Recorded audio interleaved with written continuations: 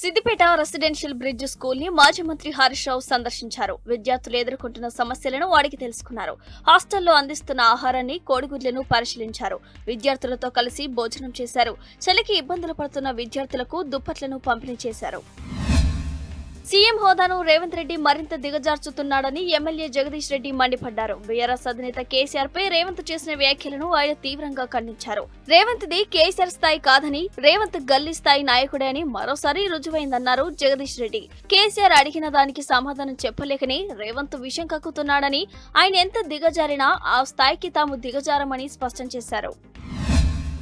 రాష్ట్ర వ్యాప్తంగా యూరియా గందరగోళం నెలకొంది. మహబూబాబాద్ జిల్లా మరిపెడ పిఎస్సిఎస్ కు రైతులు భారీ సంఖ్యలో తరలివచ్చారు. వేకువజాము నుంచి చలికి వణుకుతూ క్యూ లైన్ కట్టారు. గంటల నుంచి క్యూలో ఉండటంతో తోపులాట జరిగింది. ప్రభుత్వం సరిపడా యూరియా అందుబాటులో ఉంచాలని అన్నదాతలు డిమాండ్ చేస్తున్నారు.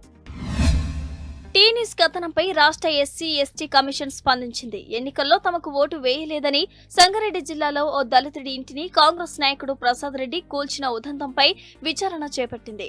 సజ్జాపూర్ గ్రామంలో బక్కి వెంకటయ్య పర్యటించారు. బాధిత కుటుంబానికి ఇల్లు కట్టించి నష్టపరిహారం చెల్లించాలని ప్రభుత్వానికి సూచించారు. సీఎం రేవంత్ నోరు తెరిస్తే అబద్దాలు, డబ్బులు లేవని పదే పదే చెబుతుంటారు. అప్పు కూడా దొరకడం లేదని అంటుంటారు. కానీ దుబారాగా కోట్లాది రూపాయలు ఖర్చు చేస్తూనే ఉంటారు. సీఎం సిపిఆర్ఓ, సీఎం ఓఎస్జీ కోసం డబ్బులు మంచినీళ్ళలా ఖర్చు చేస్తున్నారు. సచివాలయం 5వ అంతస్తు రూమ్ నెంబర్ 5లో అద్దాలతో కూడిన ఛాంబర్, ఫర్నిచర్ ఏర్పాటు చేస్తున్నారు.